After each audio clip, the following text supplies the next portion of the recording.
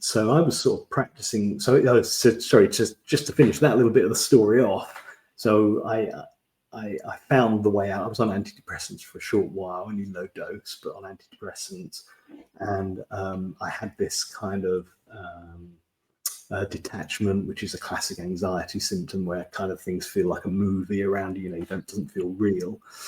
So I had all that, and but I haven't had that for like over 30 years now, and I don't intend to ever have it again, because I just found the way out of that.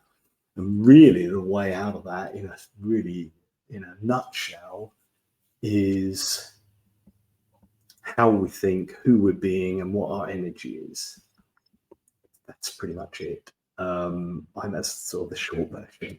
But and so I've been practicing that. So to come back to the dojo question, I've been practicing that for like decades. And then I've been with clients and things, sort of developing some tools around that and developing some ideas around that. And so practicing there.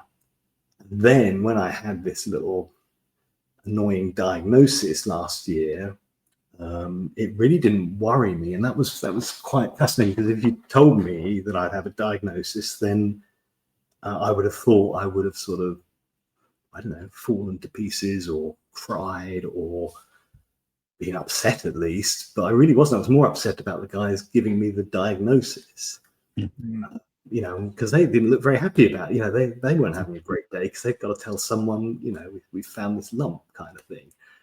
And so I'm like feeling empathetic towards them, thinking, well, I actually said to them at once, I said, are you all right? And they're like, well, yeah. And I say, we're not sure you realize how serious this is. I said, no, I realize that. I'm just checking on you guys.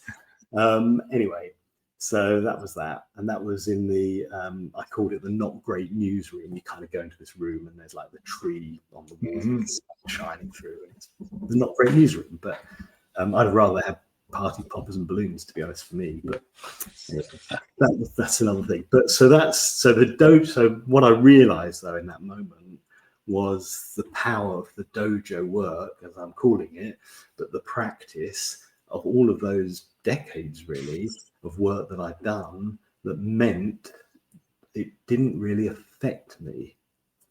And that's the power of dojo work, because then you can still be yourself, whatever happens to you.